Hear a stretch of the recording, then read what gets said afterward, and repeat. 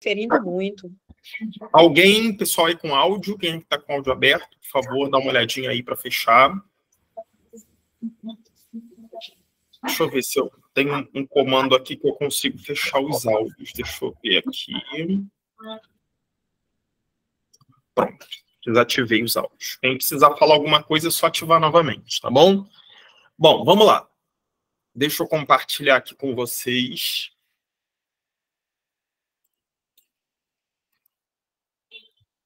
Primeiro, antes de mais nada, deixa eu explicar para vocês coisas que eu já falei, mas eu acho que nunca é demais falar. Ontem, logo depois da aula, não me lembro quem foi. Alguém veio falar comigo falando assim, eu fico desanimada de vez em quando, porque é muita matéria e eu não consigo e tudo mais. Pessoal, olha só. A quantidade de matéria, de qualquer que seja o concurso, ela é imensa. Ninguém vai saber toda a matéria. Eu, quando vou fazer um concurso, eu não sei toda a matéria. Não tem como. Isso é inviável. Pela quantidade de matéria, você dominar tudo. Isso você consegue ver pelo resultado da prova. Quantos vocês vêm gabaritando uma prova? É raro. A menos que sejam aquelas provas ridiculamente feitas, né?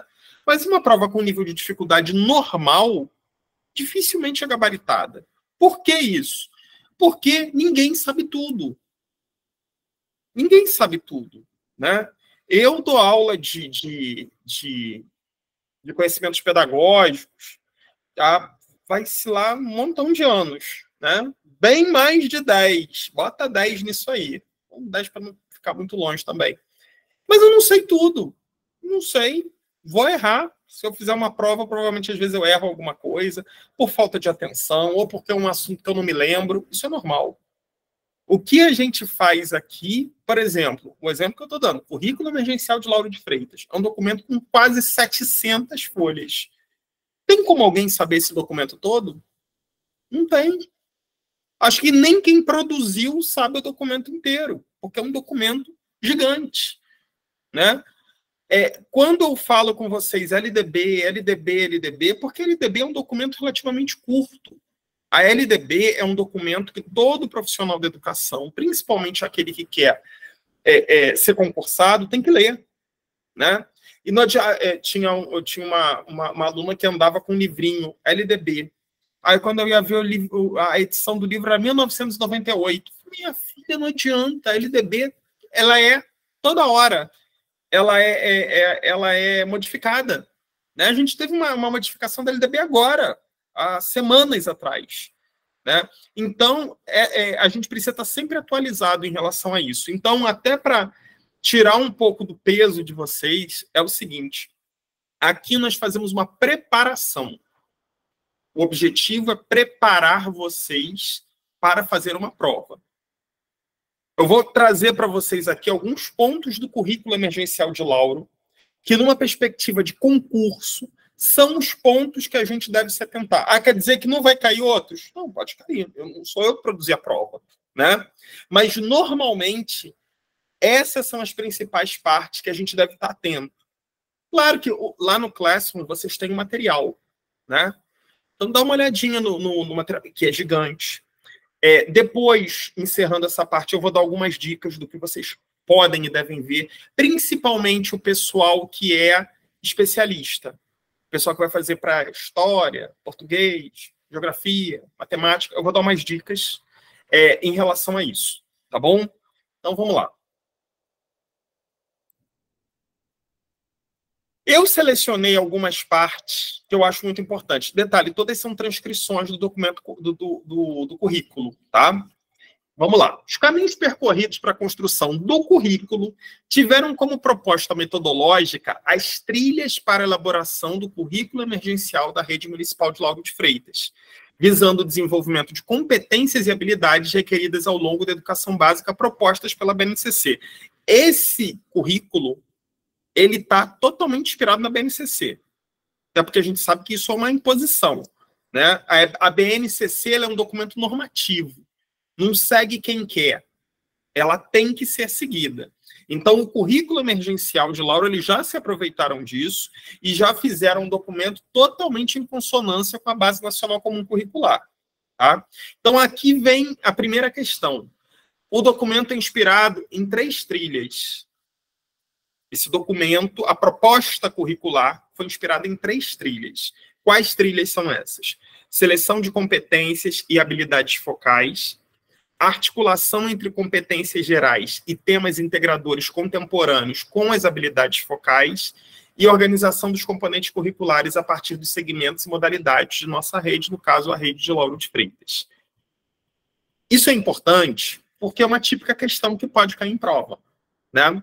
E é bom a gente ficar atento em relação a isso, tá? Aí vamos passar agora para os temas integradores. Típica questão de prova. A BNCC aponta como temas contemporâneos transversais. Isso é questão de prova. Isso já caiu em algumas provas, inclusive. Quais são os temas contemporâneos transversais? Precisa saber. Tá? Os temas contemporâneos transversais são 6.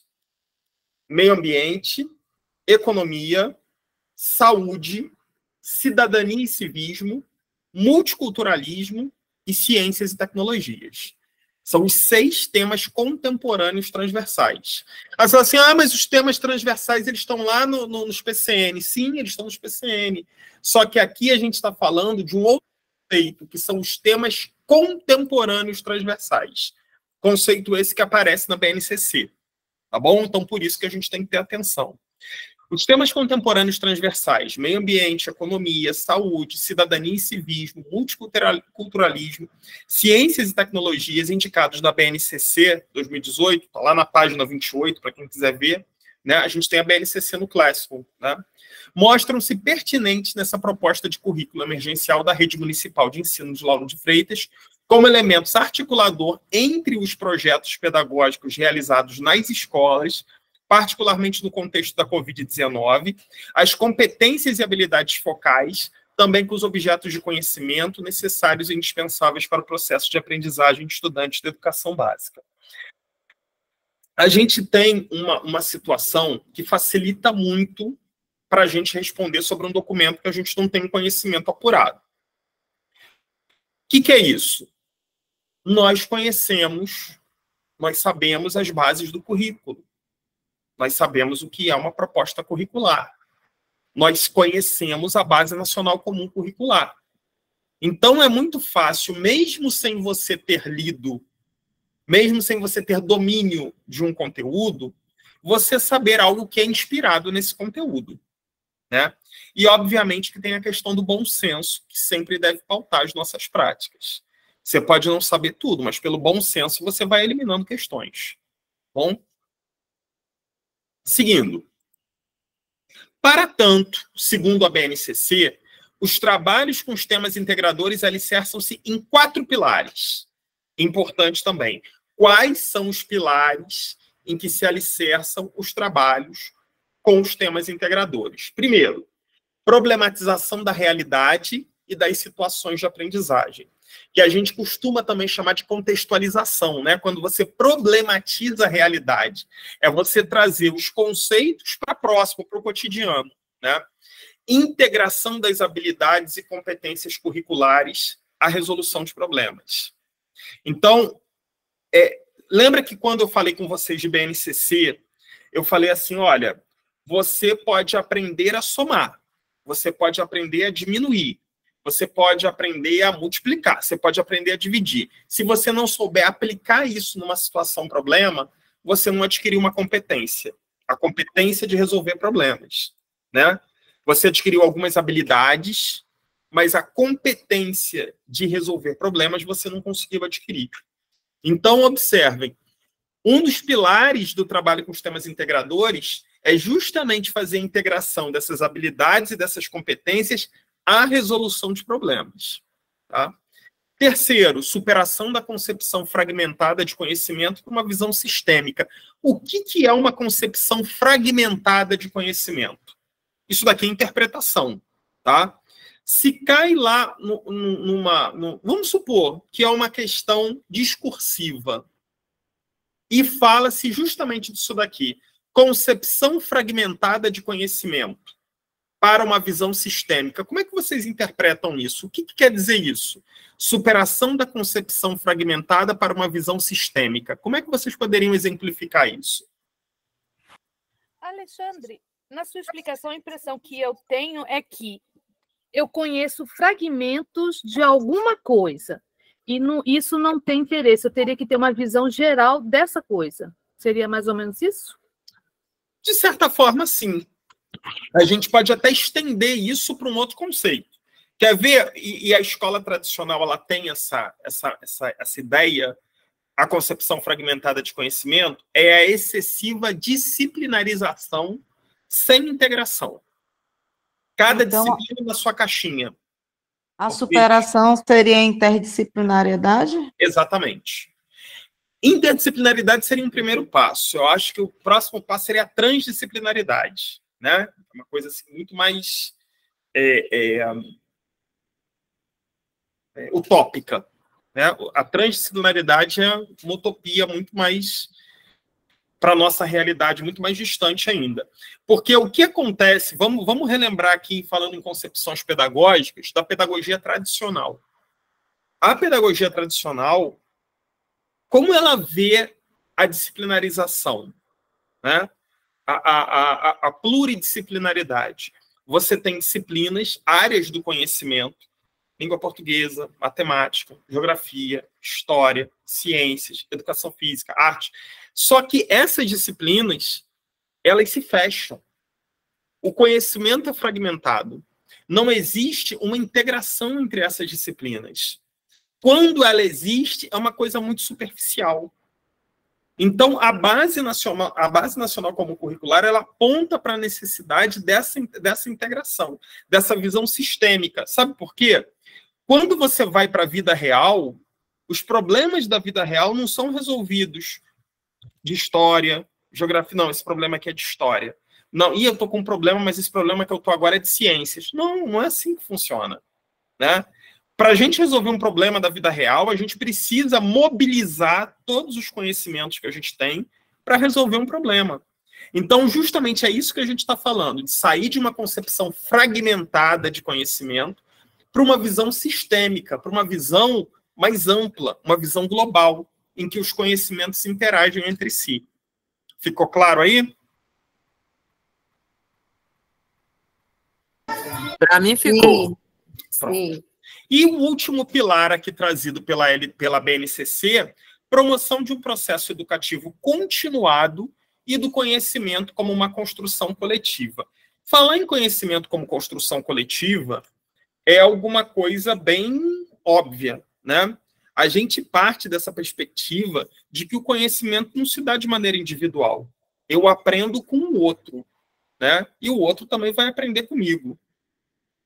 Aquele mito de, eu não gosto de fazer trabalho em grupo, passar para minha turma, não, porque o que sabe mais acaba fazendo o trabalho dos outros. Não acontece isso. Isso daí não é uma tônica, isso daí está comprovado pela literatura, não acontece. Pode acontecer uma vez ou outro, mas não é o normal. O normal é que a educação entre pares seja até mais efetiva. Porque o que sabe mais ensina para o que sabe menos. Então, isso daqui é o conhecimento como construção coletiva.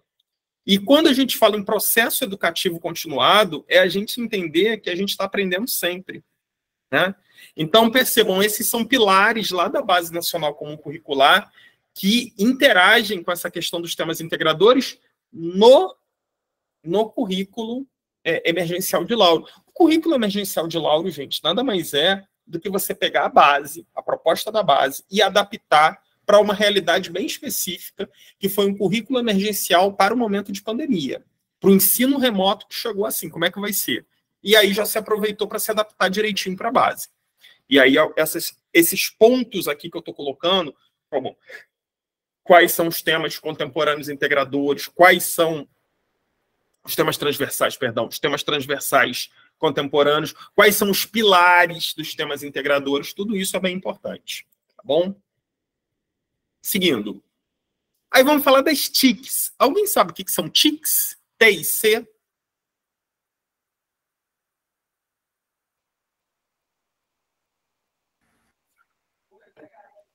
Não. Não? Tecnologia da informação.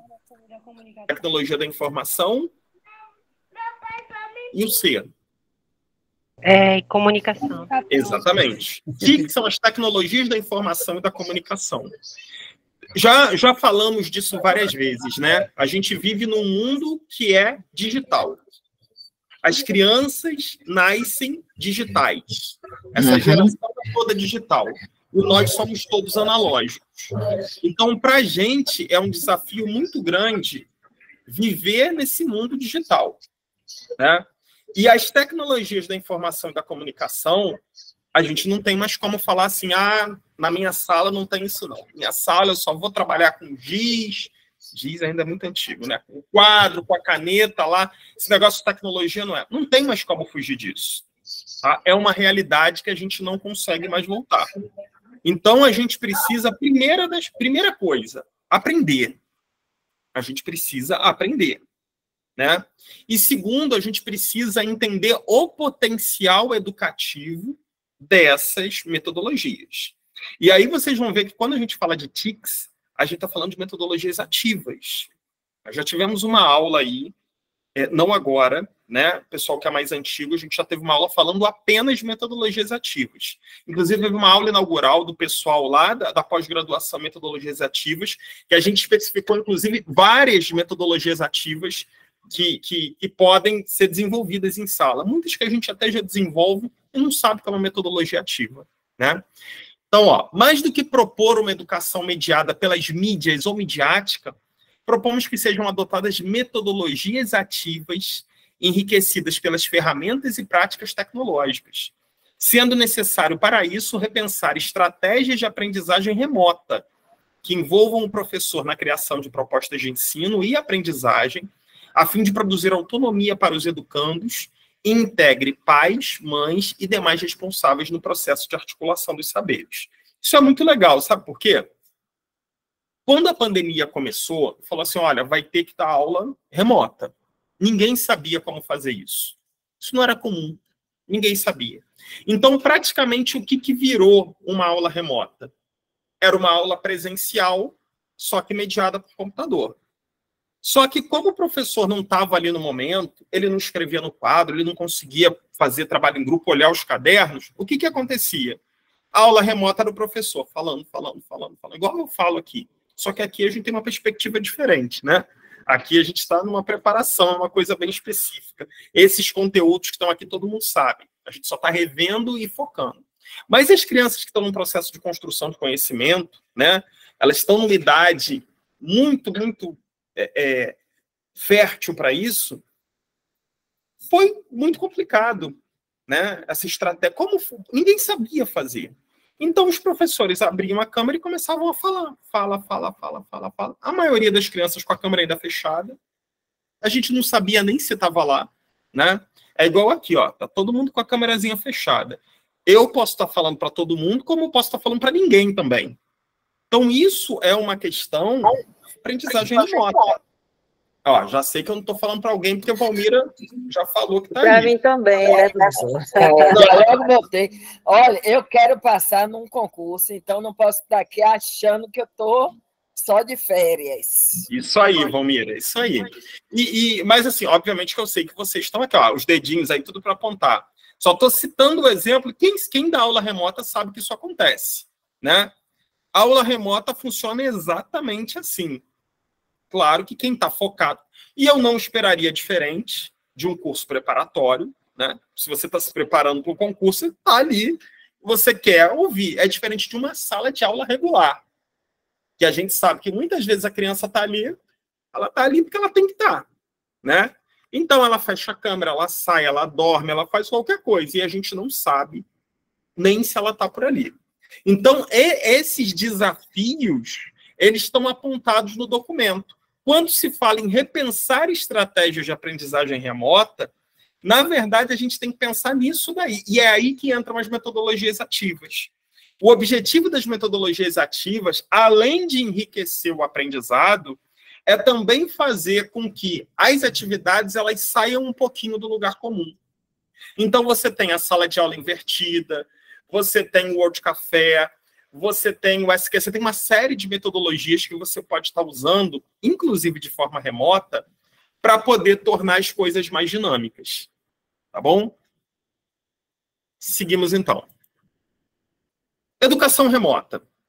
Dessa forma, entende-se que o ensino remoto envolve a interação entre professores e alunos de forma síncrona. Outro dia eu estava, não foi nem aqui no preparatório, eu estava trabalhando com uma turma de pós, e eu estava falando síncrono, assíncrono, síncrono, assíncrono, e aí teve uma hora, passou a aula, tudo bem, ninguém comentou nada, aí veio uma aluna para mim, no privado, perguntar assim, professor, desculpa, eu fiquei sem graça de perguntar na hora, já está errado aí, porque eu não tenho que ter vergonha, mas tudo bem. Eu fiquei sem graça de perguntar na hora. Eu não entendi o que é síncrono e assíncrono. Qual é a diferença de um e qual é a diferença de outro.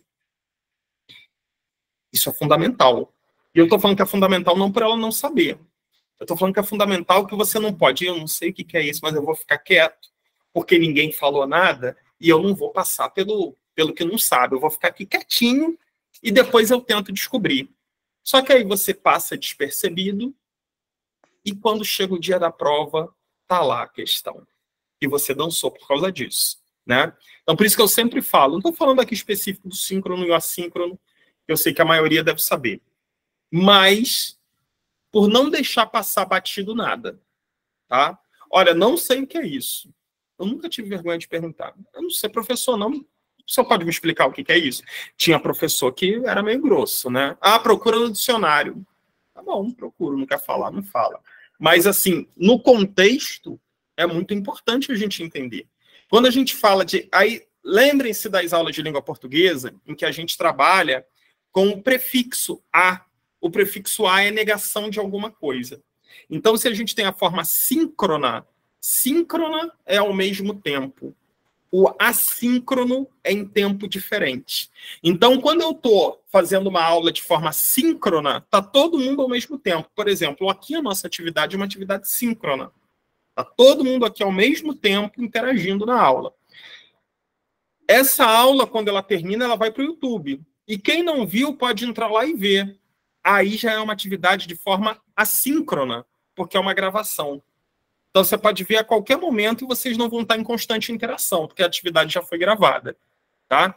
Então, é muito importante se ligar também nesse conteúdo e prestar muita atenção. Eu me lembro da aula de ontem, que tinha umas questõezinhas lá, que todo mundo sabia, mas errava por causa de uma letra, errava porque esqueceu de ver. Tomem cuidado com síncrono e com assíncrono. É uma letrinha lá na frente que muda totalmente o sentido. Tá bom? Então... Onde que eu parei? Pera, vamos lá. Eu vou voltar. Dessa forma, entende-se que o ensino remoto envolve a interação entre professores e alunos de forma síncrona, em momentos previamente agendados, além da disponibilização de conteúdos com previsão de avaliação e devolutiva. Essas atividades serão contabilizadas como carga horária de aula e devem levar em conta o currículo previamente elaborado, garantindo que sejam cumpridos os elementos de aprendizagem dispostos na BNCC e na Política Pública de Educação Municipal. É óbvio que as atividades do ensino remoto contam como carga horária de aula. E é exatamente por isso que houve a instituição do ensino remoto, né? Para que as crianças não ficassem sem aula. Crianças, como eu falei ontem, eu estou me referindo a adolescentes, tudo para mim é tudo criança, tá, gente? Mas a gente sabe qual é a diferença. Qual é a diferença mesmo, desculpa, entre criança e adolescente, para efeitos da lei? A idade? Uhum. Criança até 12 anos, adolescente até 18, dos 12 aos 18. 12 anos incompletos. Isso aí. Criança até 12 anos incompletos, Exato. Adolescente de 12 a 18. Ok? Muito bem. Bom, vamos falar agora das estratégias de ensino remoto. Eu me atrapalho com isso. Com o quê? Com a idade? Sim, com essas idades, foi ensino fundamental. Foi bom, não era bem isso, mas vamos lá. Deixa eu fazer algumas perguntas que eu acho que são interessantes, para a gente sempre estar lembrando. LDB.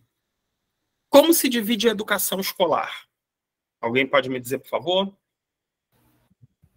A educação Básica, não, básica e superior. Exatamente. Educação escolar se divide em educação básica e educação superior. Perfeito. Por sua vez, a educação básica se divide como? Educação infantil. Fundamental e médio. Fundamental Educação e médio. infantil, ensino fundamental, ensino médio. Ensino médio. Isso. Tudo bem. Para critérios da educação básica obrigatória, qual é a faixa etária que deve ser Pré-escola. coberta pela faixa etária?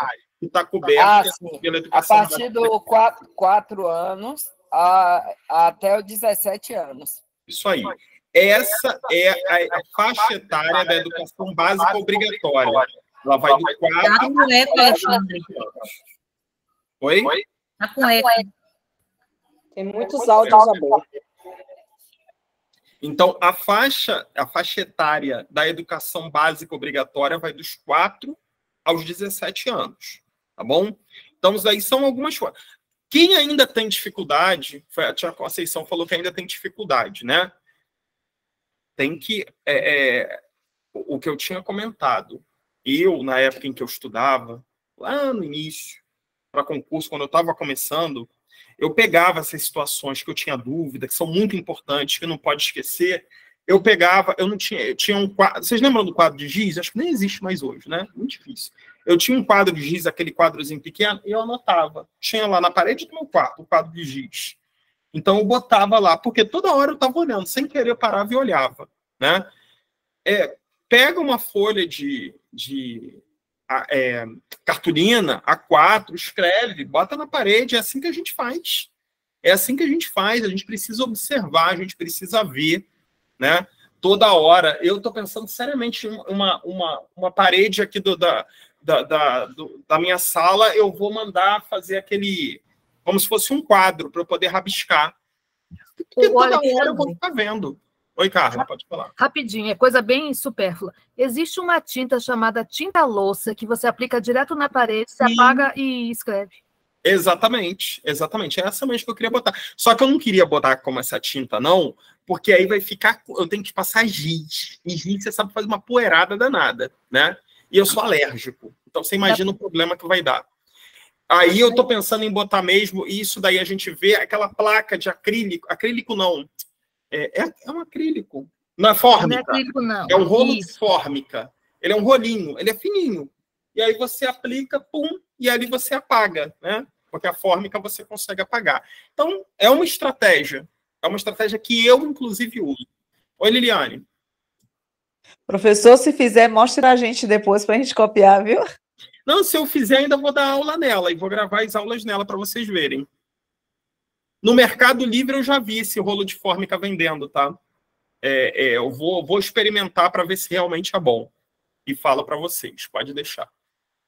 Bom, ainda hoje eu vou voltar em algumas perguntas que eu quero ver se o pessoal está treinado, principalmente em relação à LDB, tá bom? Mas vamos lá. Vamos falar aqui das estratégias do ensino remoto que estão no currículo emergencial de Lauro. São 5 as estratégias colocadas nesse currículo para o ensino remoto. Primeiro, transmissão de aulas e conteúdos educacionais via televisão.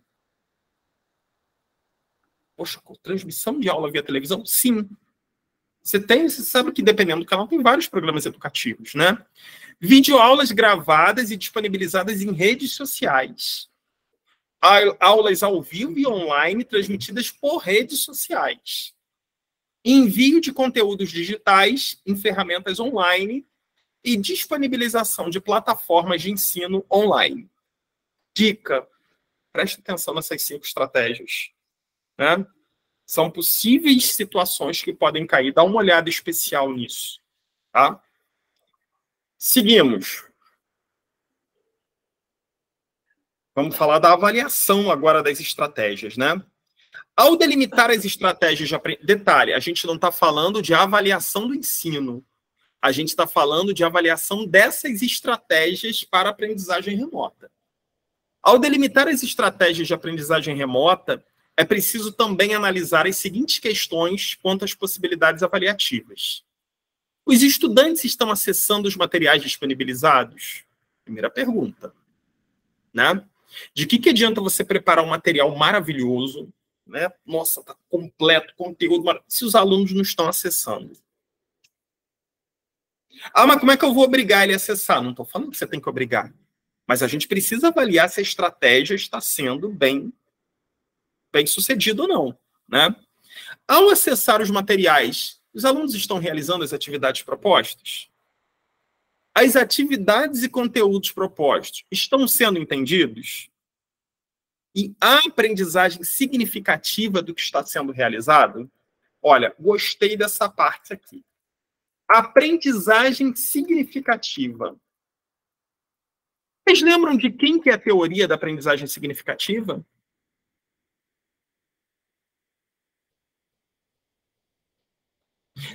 Melhor. Quando tem um significado para o aluno. Não, sim, tá. Eu ia até mudar a pergunta para isso. É porque uma vez você fez o significante e significativo. Exatamente, são duas situações diferentes. Vamos falar aqui da aprendizagem significativa, que é que aparece no documento, no currículo emergencial. Alguém sabe me definir o que é uma aprendizagem significativa? Seria uma aprendizagem contextualizada? Alguma coisa nesse sentido? Detalhe mais para mim, por favor. Ah, professor. Dê um exemplo de aprendizagem significativa. Me ajuda aí, gente. Ajudem ela aí, gente, por favor. Eu acho que quando tem a participação, né, da criança, do aluno. Dentro da realidade, do que a criança vive. Já estamos começando a entrar aí mais ou menos. Isso tem a ver, né? Porque a aprendizagem significativa... Seria o que Paulo Freire defende, mais ou menos? Só que Paulo Freire já é outro departamento. É. Né? Mas, assim, essa questão que você falou aí, que a criança já conhece. A aprendizagem significativa, ela parte dos conhecimentos prévios. Agora, ela acontece quando ocorre uma nova aprendizagem baseada nos conhecimentos prévios. Então, por exemplo, vou dar um exemplo aqui de uma aprendizagem significativa.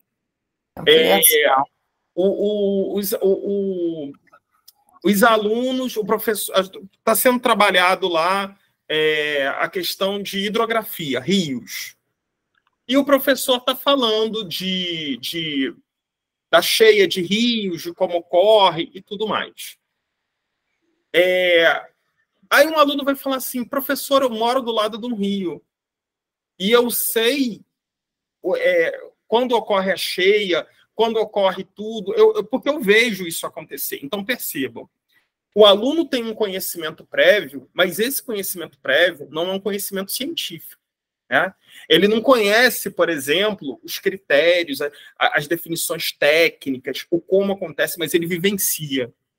Então, uma vez aquele conhecimento sendo colocado pelo professor, o que vai acontecer? O aluno vai associar os conhecimentos que ele já tem prévios com aquela nova aprendizagem, e isso é uma situação relevante para o aluno, porque ele parte do princípio de que ele vivencia aquilo ali, né? Ou seja, é um conhecimento para ele que é relevante. Ele começa a entender de uma forma científica o que acontece no dia a dia dele. Isso é uma aprendizagem significativa. Oi, Ângela, pode falar. Oi, professor, boa noite a todos. Seria a questão do assimilar, acomodar? Isso daí é Piaget, né? Sim, mas tem a ver também com essa questão da... Não deixa de ver, porque assim, são explicações diferentes, né?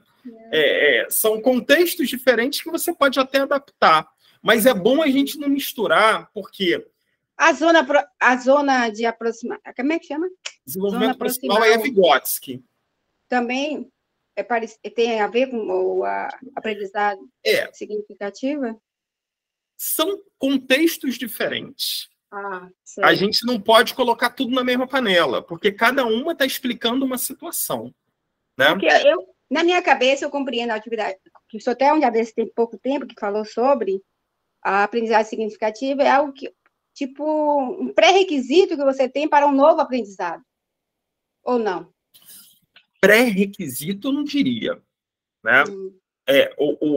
a aprendizagem significativa, ela acontece a partir dos conhecimentos prévios do aluno. Ponto. Né? Ela acontece a partir dos conhecimentos prévios do aluno em um contexto que tem significado para o aluno, em um contexto que é relevante. Para haver aprendizagem significativa, é preciso que seja relevante para o aluno, senão não é significativa. Tá? Agora, até para a gente poder entender aqui, de quem é a teoria da aprendizagem significativa mesmo?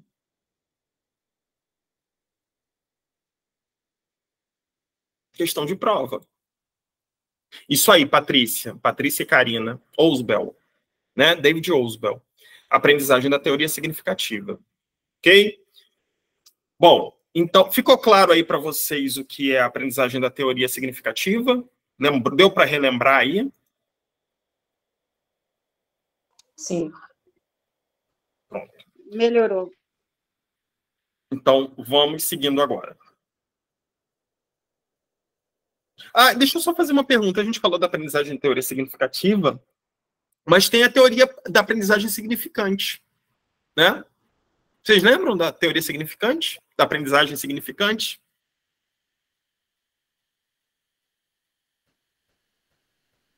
Não lembram? Eu não lembro, não. Eu não.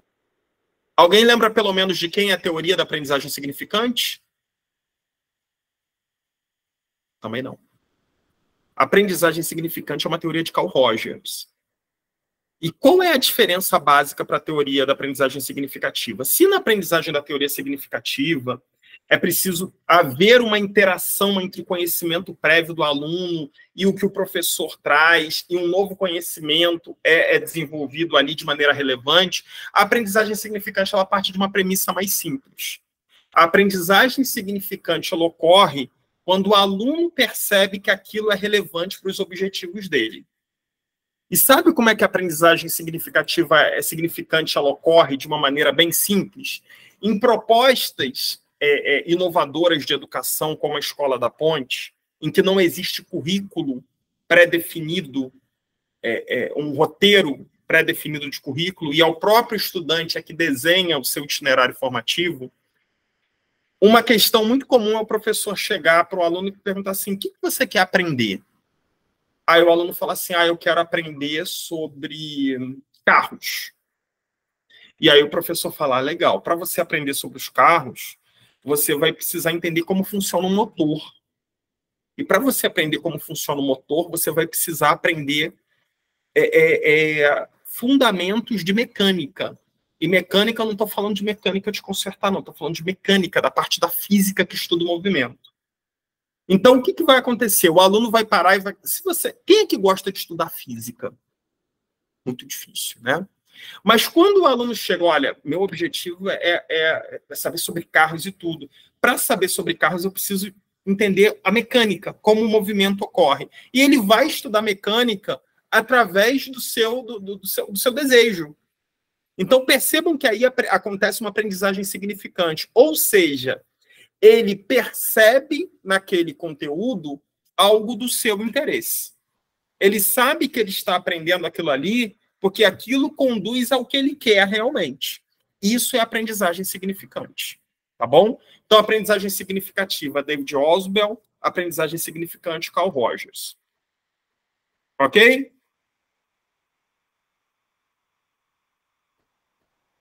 Só ficou meio... Ok. Agora sim. Então, seguindo. Para tal, os educadores... Educadores e educadores? Estranho, né? Os educadores e educadores, deve ser educandos, educadores, né? Podem optar por criação de portfólio... deve ser educadores e educadoras.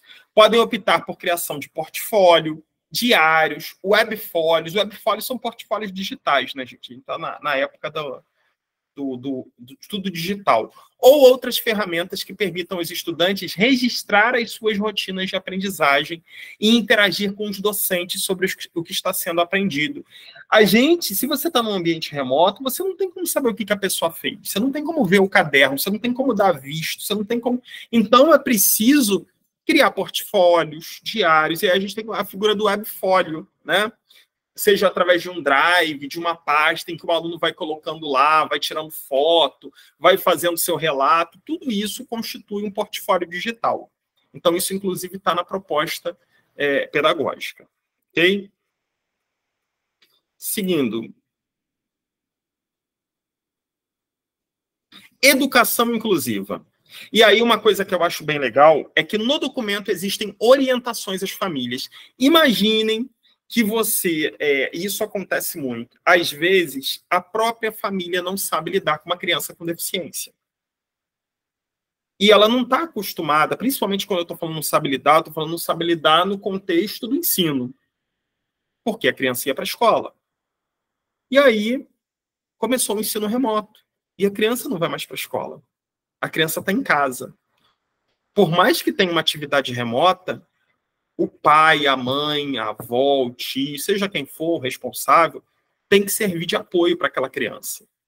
E aí, no currículo emergencial de Lauro, existem algumas orientações às famílias que eu acho bem legal e eu trouxe aqui. Ó, orientações às famílias. 1.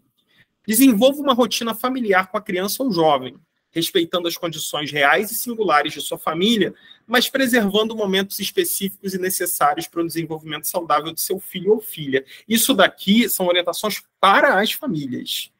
Mas é interessante a gente ver como isso é passado para as famílias.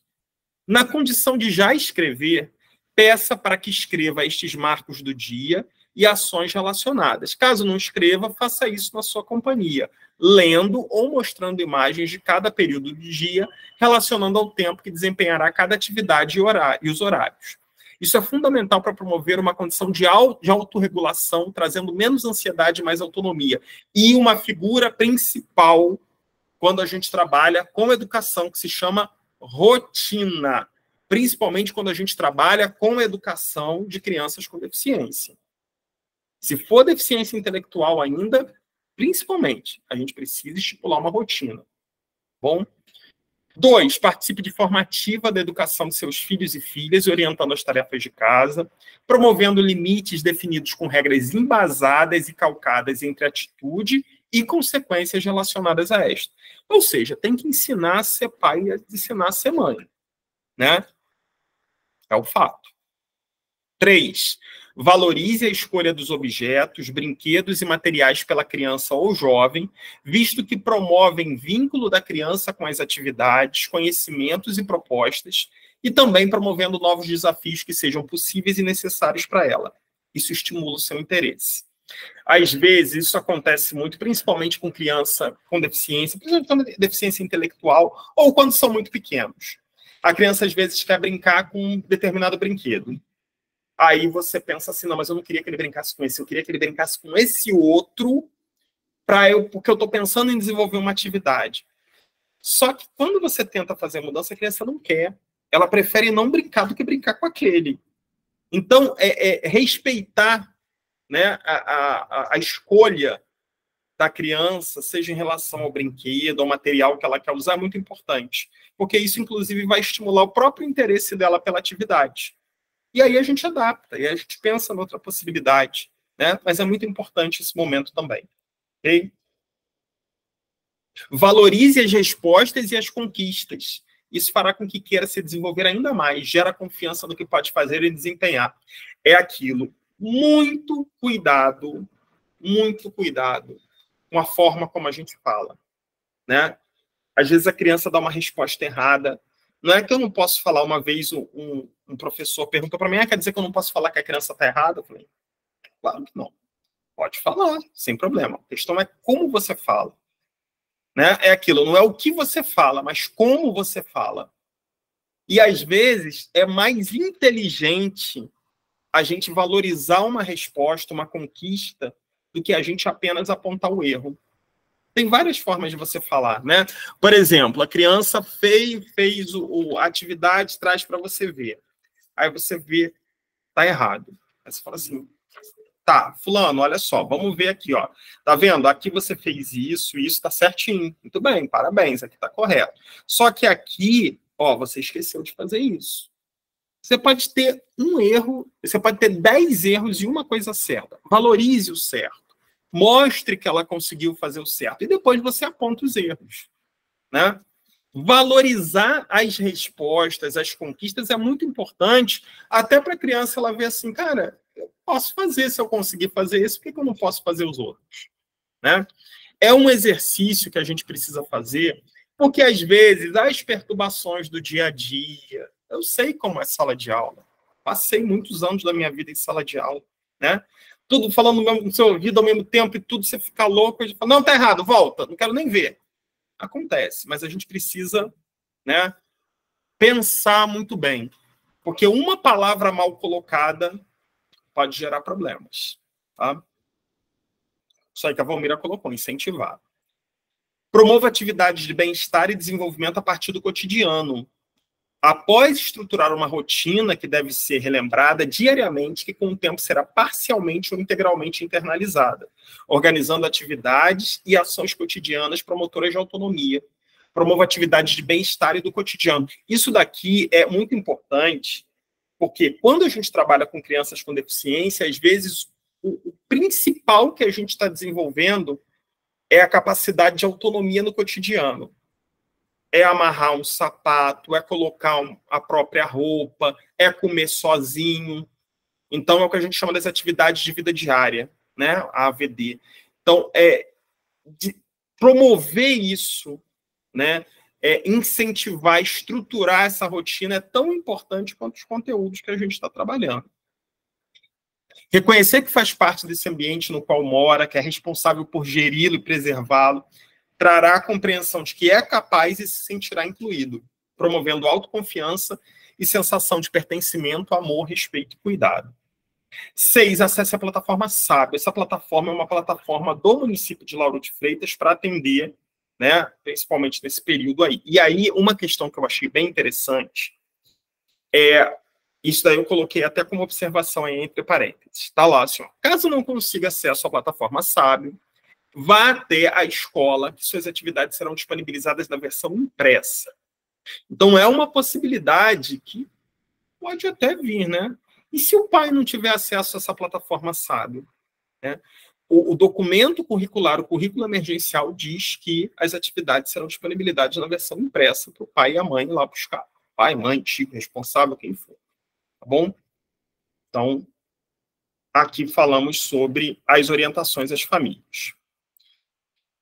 Bom, até aí tranquilo, gente? Sim. Tranquilo, Sim. professor. Vamos falar agora da avaliação, né? A gente está falando de avaliação agora num contexto de uma aprendizagem remota. Então, cria-se algumas dificuldades, principalmente para o professor muito tradicional, que tem na prova o grande momento da sua vida, né? O momento que ele é importante, que ele vai ser o senhor de tudo, que geralmente as propostas tradicionais de educação, elas gravitam ao redor da prova. Não estou nem falando de avaliação. Elas gravitam ao redor da prova. Né?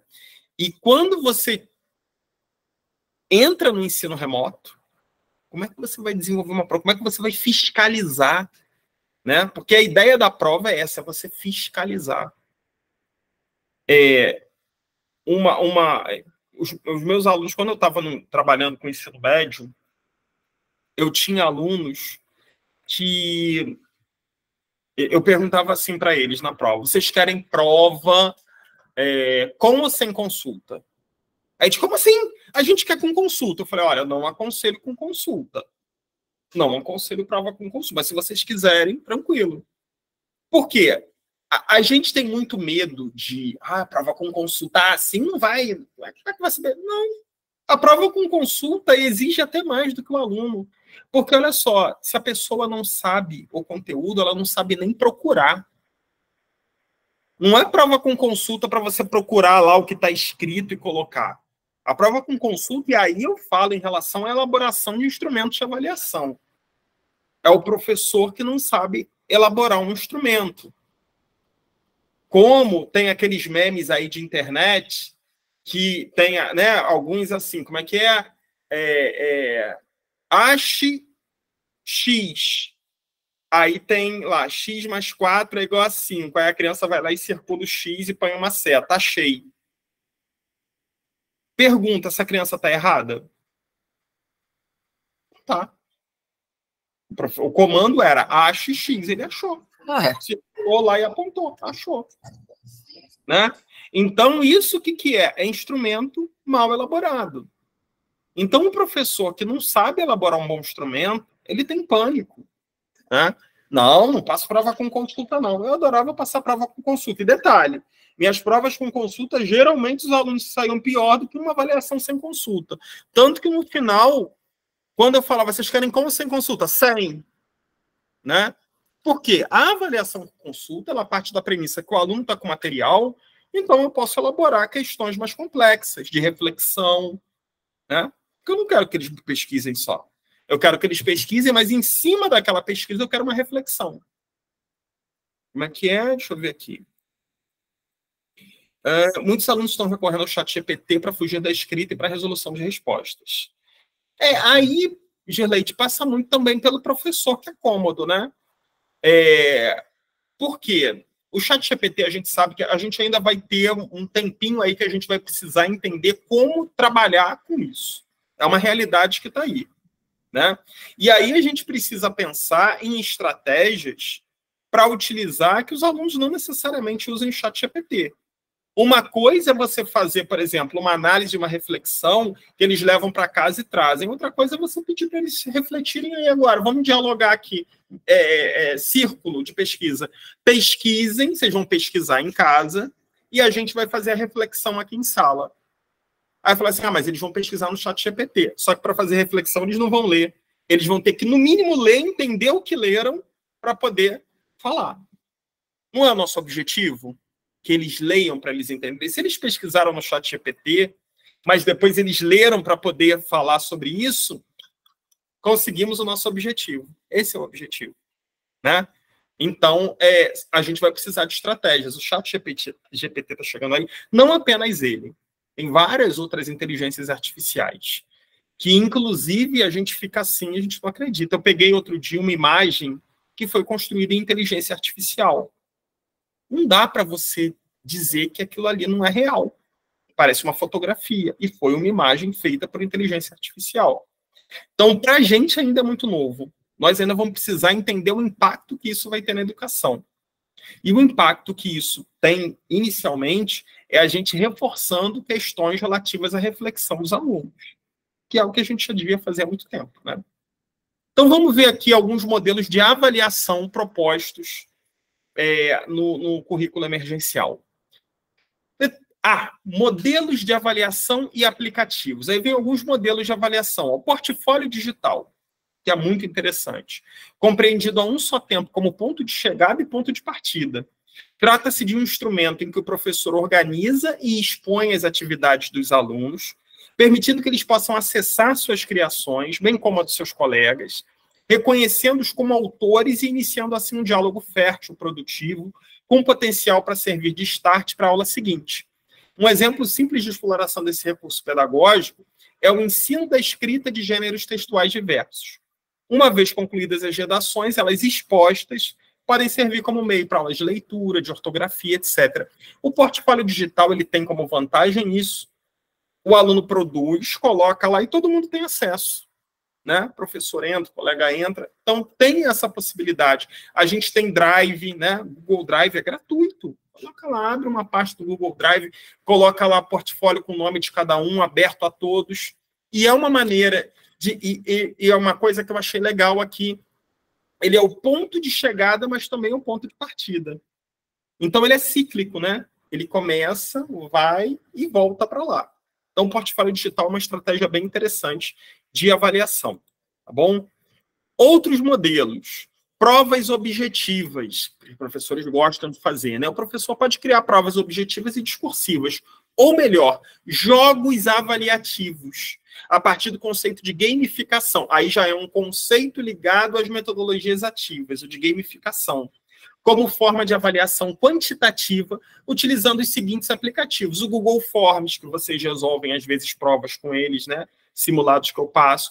Quizzes, o Kahoot. O Kahoot é um que as crianças adoram. Alguém aqui conhece o Kahoot? Eu não. Eu uso muito. Usa. O Kahoot é Uso maravilhoso, muito. porque o Kahoot ele tem uma linguagem mais legal, né? Uma coisa mais jovem. Eles adoram utilizar Eu o Kahoot. comecei a usar na pandemia, Alexandre. Exatamente. E assim, a gente acabou a pandemia, só que dá para continuar usando justamente pela vantagem que tem disso, porque é gamificação, as crianças gostam disso. Exato. Né? O Kahoot, Coisa ele do comum, né? Exatamente, né? Daquela questão de escreve tudo. E tem vários, ó, que vocês podem estar utilizando, e a maioria deles gratuitos, tá? É claro que tem uns que são assim, são gratuitos, mas se você quiser mais algumas funcionalidades, tem que pagar, né? Isso é normal. Canva também é muito bom. Oi? Canva também é muito bom. Canva, tem vários, né? Ó, a Ana Cristina já colocou outra. Então, tem várias possibilidades da gente estar trabalhando aí com aplicativos que trabalham no contexto de gamificação. Além disso, é importante salientar que esses apps oferecem a possibilidade do aluno não ter que realizar a atividade de modo síncrono, ou seja, no momento da aula. Eles podem acessar quando quiserem ou quando puderem. Aí é uma estratégia do professor também, né? Se vai ser depois, se vai ser antes ou tudo mais.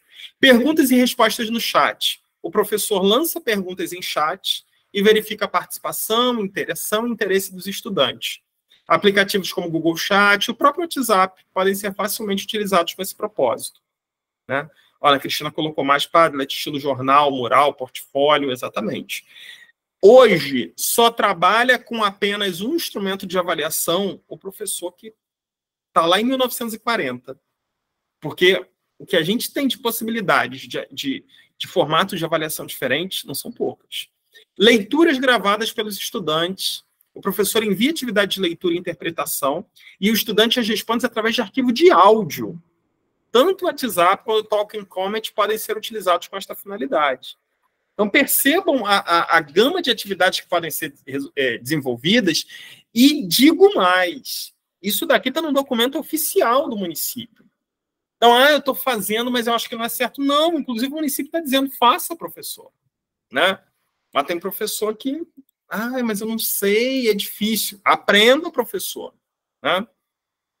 Avaliações impressas ou xerocopiadas. A gente voltou lá 40 anos atrás, mas tudo bem. O professor pode utilizar essa atividade para aquele estudante que não tem acesso a nenhum meio digital, o que é comum, tem uns que não tem também. Neste caso, ele deve criar o portfólio dessa criança a partir da digitalização das atividades que lhe forem devolvidas, porque a ideia é ter o portfólio digital. Né? Avaliações em grupo. O professor solicita trabalhos para serem realizados em equipe. A interação entre os alunos pode se dar através de aplicativos como o WhatsApp e o Google Chat, e a confecção da atividade pode ser realizada através de aplicativos que permitam a realização coletiva de documentos, como o Google Forms, por exemplo, ou o Google Docs também, ou o próprio Canva, que a Ana Paula falou. Então, assim, tem uma série de atividades que podem ser desenvolvidas. Bom? Até aí, tranquilo? Tranquilo. Então, vamos lá. O que avaliar? Aí tem 4 pontos que eu acho que são importantíssimos. Né? A gente sabe o que avalia, mas isso é importante porque são 4 tópicos que vêm no currículo emergencial. O que avaliar? Desenvolvimento do aluno, participação e envolvimento, responsabilidade e compreensão. São 4 dimensões que são orientados a serem desenvolvidos no currículo emergencial. Tá? Então, fiquem atentos a isso aí. E aqui, essa daqui é a parte que eu vou parar para poder falar com vocês. Até aqui, quando eu falei do que avaliar, são situações que vão aparecer de uma maneira geral. É a parte, digamos, é a parte geral do currículo emergencial. E a partir daqui, começa-se a definir o currículo desde a educação infantil até os anos finais do ensino fundamental. Essa é a parte em que professores de 1º a 5º ano devem olhar o currículo do 1º a 5º ano. Professores de geografia devem olhar o currículo de geografia do 6º ao 9º. Professores de português, de matemática, de história, de geografia, vão ver tudo isso. Coordenadores pedagógicos vão ver da educação infantil, do ensino fundamental, pessoas de coordenadores pedagógicos vão ver tudo, né? Mas não com a mesma ênfase. E aí eu separei aqui o da educação infantil, porque olha que interessante aqui a proposta. A gente tem a organização curricular e os eixos estruturantes das práticas pedagógicas da educação infantil, a gente sabe quais são. São as interações e a brincadeira. São os eixos estruturantes segundo a base. Aí a gente tem os direitos de aprendizagem e desenvolvimento, que a gente conhece que são 6. Conviver, brincar, participar, explorar, expressar e conhecer-se. A ênfase, e isso daí é uma perspectiva do município, é dada em história e cultura afro-brasileira e indígena, já na educação infantil, e os 5 campos de experiência da educação infantil. Isso daqui é todo o desenho da Base Nacional Comum Curricular. Tá? O eu, o outro e o nós, corpo, gestos e movimentos, traços, sons, cores e formas, escuta, fala, pensamento e imaginação, espaços, tempos, quantidades, relações e transformações. São os 5 campos de experiência que substituem disciplinas. Se lá no ensino fundamental a gente tem componentes curriculares, as disciplinas, na educação infantil a gente tem campos de experiência. Tá? E aí, observem aqui, ó. Essa daqui é a parte que fala de história e cultura afro-brasileira e indígena. Ai, perdão. Deixa eu vou fazer assim que fica melhor. Ó, objetivo geral. Valorizar as culturas afro-brasileira e indígena, reconhecendo a sua presença e contribuições na formação do povo brasileiro no que diz respeito às suas culturas, especificidades e modo de vida, promovendo assim a construção da identidade das crianças e o autorrespeito. Quais são as aprendizagens esperadas dentro do contexto da história e cultura afro-brasileira e indígena?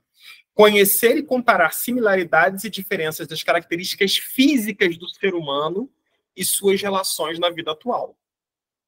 Então, isso é interessante porque, assim, lembra aquela situação que às vezes a gente fala, não, todos somos iguais. Não, nós não somos iguais. Ah, todos somos iguais e a gente deve respeitar as pessoas porque todos somos iguais. Não, nós não somos iguais. Todos somos diferentes. Ninguém é igual a ninguém. E é justamente por isso que a gente tem que respeitar o outro. Cada um, não existe ninguém igual ao outro. Nem irmão gêmeo é igual. São pessoas diferentes. Então, valorizar essas diferenças, respeitar essas diferenças. E aí vem entre as aprendizagens conhecer e comparar similaridades, né? E as diferenças das características físicas. A cor da pele, os traços faciais, o cabelo. Mostrar que são diferentes, mas o fato de ser diferente não faz melhor nem pior. Só é diferente. Né? Tornar conhecido à criança o fato que suas heranças, desde o seu cabelo até a cor da sua pele, são herdadas de seus familiares. Identificar a cultura como modo de vida e conviver com as diferenças étnico-raciais de forma respeitosa. A criança, ela não nasce preconceituosa. A criança não nasce preconceituosa. A criança que lá numa sala de aula ela comete algum ato de preconceito, é porque isso já foi trabalhado em algum outro lugar, seja em casa ou seja na própria escola. E a escola tem que ser um ambiente para a gente cultivar o respeito ao próximo. É valorizar as diferenças. Esse discurso de que todos somos iguais. Não, não é um discurso correto. A gente não é igual. A gente não é igual, nós somos diferentes. E justamente por sermos diferentes tem que ser valorizado. Fulano é católico, o outro é evangélico, o outro é umbandista, o outro é budista, o outro é muçulmano. E o fato disso acontecer não tem diferença nenhuma. Cada um vai professar sua fé. Um é branco, um é preto, um é amarelo, o outro é... E todos devem ser respeitados da mesma forma. Né? Então, isso é um contexto muito importante, porque percebam que isso começa a aparecer na educação infantil. E é aí que isso tem que começar a ser trabalhado mesmo. Tá bom? Prosseguindo. Opa, deixa eu levantar aqui. Aí vem os eixos integrantes do trabalho.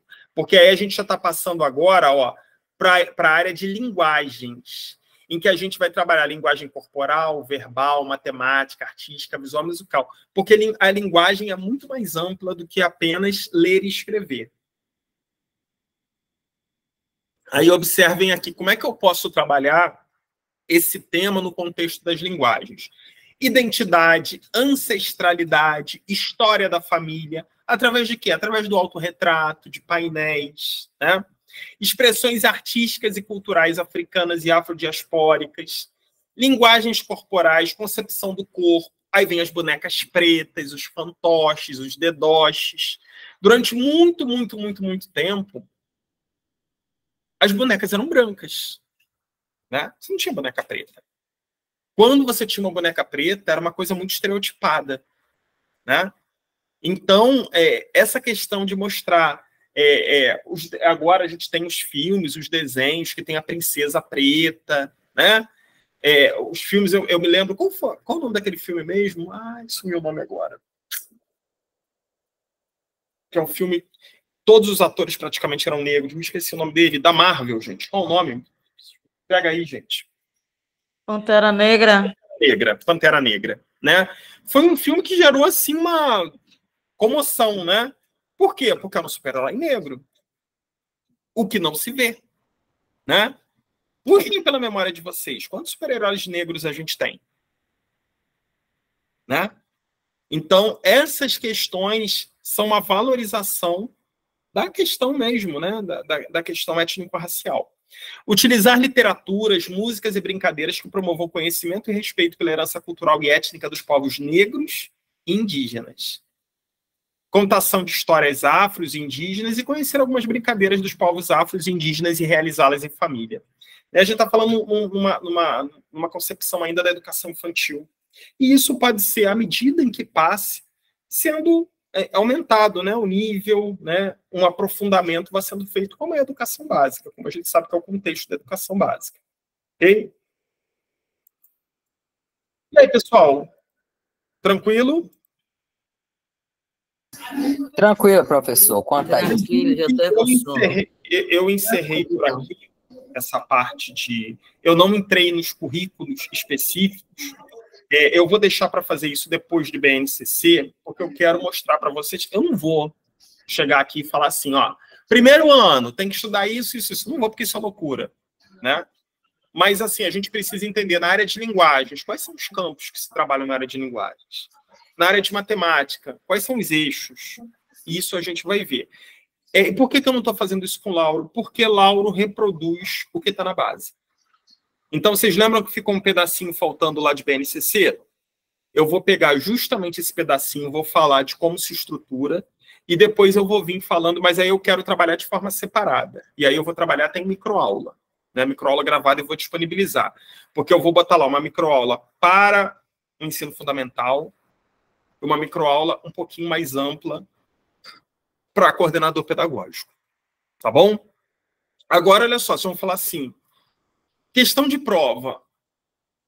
Não tem questão de prova do currículo emergencial de Lauro, né? O currículo emergencial de Lauro é agora, de 2020. Como é que a gente vai ter questão de prova? Então, eu elaborei 2 questões aqui para ver se vocês conseguem me responder. Olha aqui. Dentre os pilares que alicerçam o trabalho com eixos integradores trazidos pela Base Nacional Comum Curricular e reproduzidos pelo currículo emergencial da Rede Municipal de Ensino de Lauro de Freitas, não se encontra. Eu quero que vocês me apontem qual que não é um pilar que alicerça o trabalho com eixos integradores. Vou dar um tempinho para vocês lerem aí. Vou ler tudo, né? Porque às vezes está muito pequenininho e vocês não conseguem. Letra A, problematização da realidade das situações de aprendizagem. Letra B, promoção de um processo educativo continuado e do conhecimento como uma construção coletiva. Letra C, integração das habilidades e competências curriculares à resolução de problemas. Letra D, perspectiva de múltiplas concepções pedagógicas e de desenhos curriculares diversos. E letra E, superação da concepção fragmentada de conhecimento por uma visão sistêmica. D, de dado. Eliane, D. Patrícia também sinalizou a D. D. Letra D. Vocês estão vendo como é que funciona a situação? Eu garanto que ninguém gravou os 4. Alguém gravou aí os 4? Qual eram? Não. Não. Mas vocês viram e vocês conseguem relembrar. Essa daqui apareceu. Essa daqui também apareceu. É justamente isso. É a que não apareceu. Oi? É a que não apareceu. Exatamente. E quem vai te dizer a que não apareceu é a sua memória. É verdade. Porque você vai lembrar, assim, nós não fizemos uma discussão sobre concepção fragmentada, divisão sistêmica? Nós não falamos sobre habilidades e competências na resolução de problemas? Nós não falamos de conhecimento como construção coletiva? Nós não falamos em problematização da realidade? Isso tudo vocês vão lembrar. Agora, É a essa sua vozinha na cabeça da gente. Exatamente, é assim que faz. Por isso que é importante você passar o olho, você ler, você não vai decorar. É impossível você decorar, mas você vai relembrar. Ok? Então, essa daí realmente letra D de dado. Vamos ver. Oi? Eu mesmo aprendo mais, assim, na aula, entendeu? Mas é Pra bom mim, resolver. não, eu leio o livro, os material didático, mas para mim, a aula para mim é tudo, entendeu? Assim. É bom porque, assim, vocês sabem que existem diversas formas de aprendizado, né? Tem gente que aprende pelo ouvido. É o desenvolvimento de uma forma mais ampla pela forma auditiva. Tem gente que é vendo. Ela vai lendo e aquilo ali fica claro para ela. Tem gente que é dialogando, falando. E tem gente que é escrevendo. Eu sou o último caso. Eu preciso escrever. Eu, para estudar, eu não posso ter a tela. A tela eu vou ver aqui, mas vai complicar para mim. Eu preciso imprimir e rabiscar. Fazer minhas anotações. Eu aprendo muito mais rápido. Não é que eu não aprenda se eu só ver. Mas o meu aprendizado é muito mais rápido escrevendo. Né? Então, justamente por isso que tem lá o material em PDF, para quem quiser, porque eu sei, né? O pessoal gosta de escrever. Mas tem também, a gente está aqui dialogando, por isso que eu falo, gente, vamos colocar também tudo. Mas vocês estão ouvindo, vocês estão vendo. Então, a ideia é justamente essa, atender de todas as dimensões diferentes. Ok? Tem mais uma questão que eu coloquei aqui. Olha aqui, ó. Leia as assertivas abaixo. É mais do que urgente, não só para o período vigente, mas para o porvir e para a construção de uma política educacional alinhada com as demandas do século XXI, pensar em estratégias educomunicativas que privilegiem as TDCIs, né? Tem gente que fala TDCI, mas são as TICs, né? Tecnologia de Desenvolvimento de Informação e Comunicação. Exemplificadas no uso de recursos diversos via web, como redes sociais, plataformas e objetos digitais de aprendizagem, web TV, podcasts e outros canais de interação e informação, substituindo as analógicas, como rádio, TV e distribuição de material impresso. É correto esse primeiro ponto? Acho que sim. Não, porque eu discordo. Então, se coloque, por que você acha que está errado? Pronto, porque aqui, quando fala na última linha, substituindo as analógicas como rádio e TV, lá quando você foi falar, não falava isso de substituir analógica, não. Isso aí, Carla, é justamente aí. Não é substituir, é trabalhar com elas, né? As tecnologias digitais, elas não vieram para substituir. Não é você pegar as tecnologias analógicas e substituir pelas digitais. É você trabalhar com as duas. Vai ter momento que vai ser mais interessante você trabalhar com material impresso.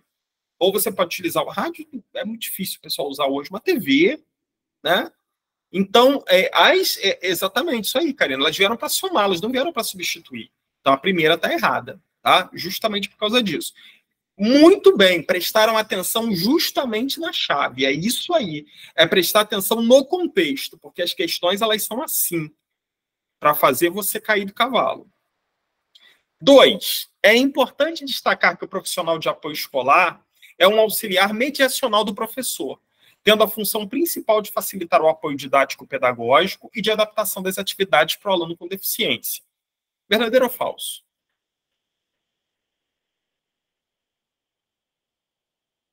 Falso. Por quê?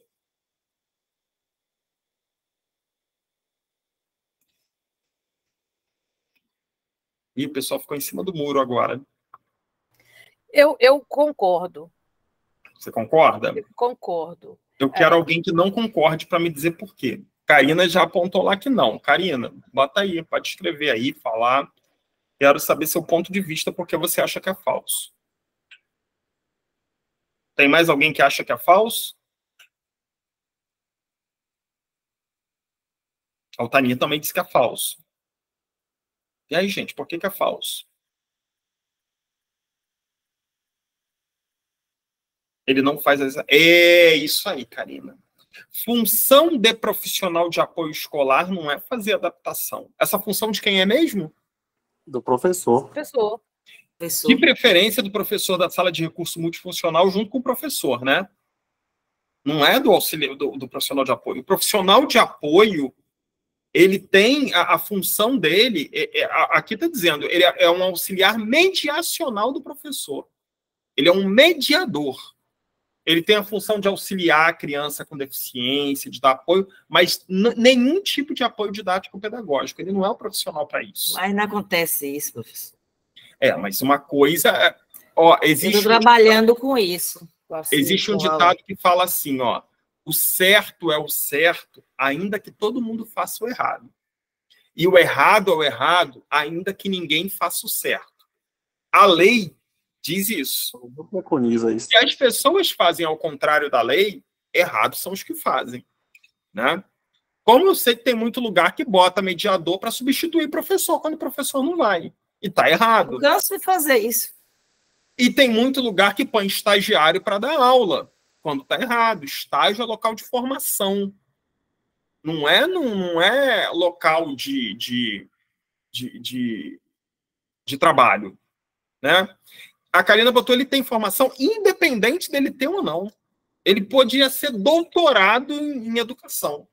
Mas se ele está como um profissional de apoio escolar, ele não é para prestar nenhum tipo de apoio didático-pedagógico. Tá? Ele pode auxiliar e tudo mais, mas não é a função dele. Isso é muito importante. Tá bom? Então, a segunda também está errada. 3. A orientação às professoras das salas de recursos multifuncionais é evitar as chamadas de vídeo para interagir com o educando, pois isso pode gerar insegurança e ansiedade. Está correto? Falso.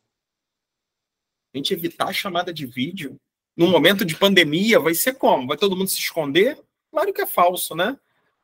Inclusive, no próprio currículo, incentiva o uso de chamadas de vídeo para poder interagir com o educando, para que a criança possa ver também, né?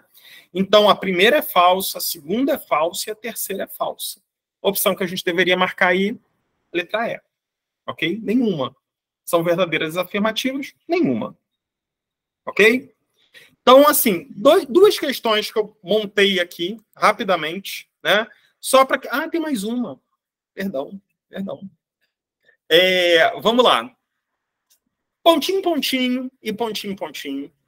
Na prática educativa da educação infantil, são ações indissociáveis, impregnando assim a ação docente de uma visão pedagógica integrada, que preconiza o desenvolvimento da criança com base em concepções que respeitem a diversidade e as peculiaridades da infância. E aí, qual é a opção? Eu vou de ser de casa. Se de casa, cuidar e brincar. E aí, gente, o que vocês acham? Está correto?